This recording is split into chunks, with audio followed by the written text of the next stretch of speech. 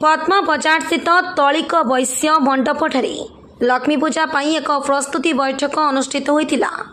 उक्त बैठक में सभापतित्व करथिले श्री श्रीकांत कुमार साहू, संपादक अनिल दास विवरणी पाठ करथिले। चलित वर्ष केमिति लक्ष्मी पूजा शांति श्रृंखला करने सह माटी अनुकूल कर्म करने आलोचना होइतिला।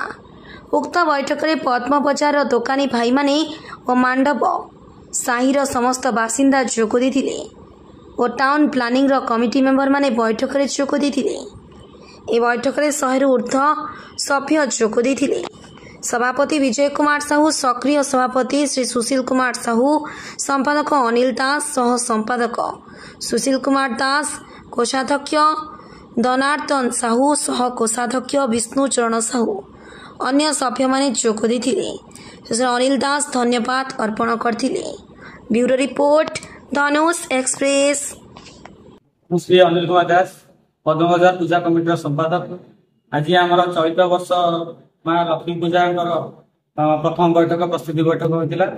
आज केवल आसंता चलित वर्षर जो लक्ष्मी पूजाटा किपर शांति श्रृंखला भाव में पालन कर विषय पुंखानुपुंख आलोचना हुई सबु भाई मान सहमति क्रमे धार्य कर।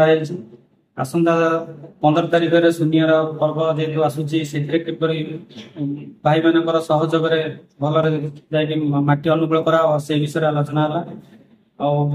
जेहेतु दरदाम वृद्धि पाई से किसी भी आलोचना सब भाई मान किसी चांदा बढ़ाई रिक्वेस्ट कर सर्वसम्मति क्रमे किसी चांदा भी बढ़ी।